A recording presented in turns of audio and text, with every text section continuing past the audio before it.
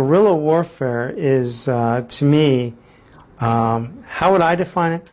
I would define it as taking away all the rules of proper conduct, because the goal of a war is to win, and therefore anything that wins the war you must do.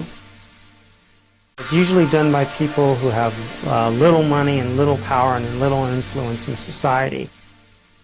I think the best explanation of it would be Malcolm X's phrase, "by any means necessary."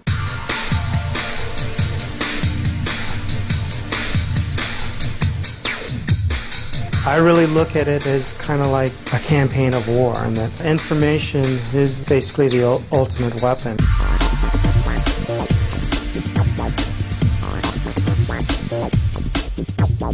There's this great paradox. At the same time that there's more and more decentralized information via the internet, there's more and more centralized control of information thanks to the Telecommunications Deregulation Act.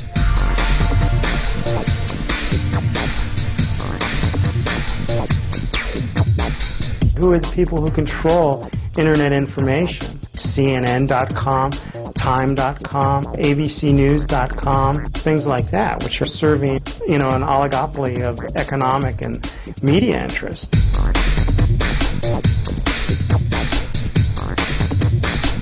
In order to have power, you have to cynically use it and sometimes do things which are immoral to get your agenda through. Anyone can find, if they want to, on the internet, an incredible amount of information, alternative and underground information.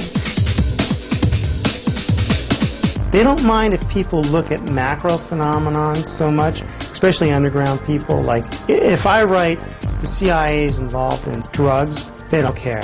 If I say that the Pentagon is crooked and is supporting death squads in Central America, they don't care. But when you come up with actual names of specific people, and you come up with hard evidence that links them to crimes, that's when you get knocked off, or that's when they really start giving you warnings. I'm beginning to feel it. The best way to suppress information isn't to attack people who present it, but instead to have so many indulgent pleasures out there that important information will be drowned out by the noise of the spectacle.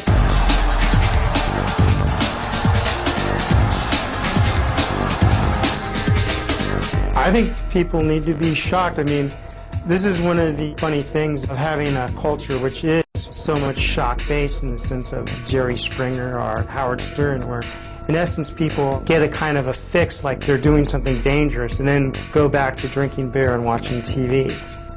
I think it's more important to give people a shock where they can't just go back to that, where they have to deal with it, where they have to come face to face with the fact that the structure that we pledge allegiance to and that we believe in and that we love is at its core quite diabolical.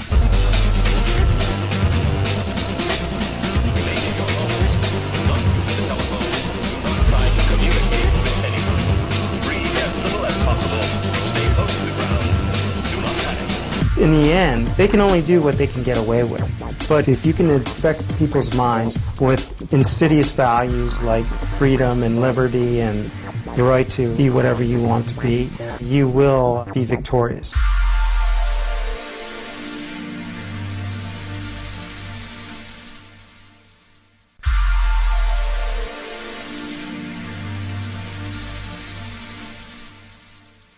This is Robert Sterling, and you're watching the Guerrilla News Network.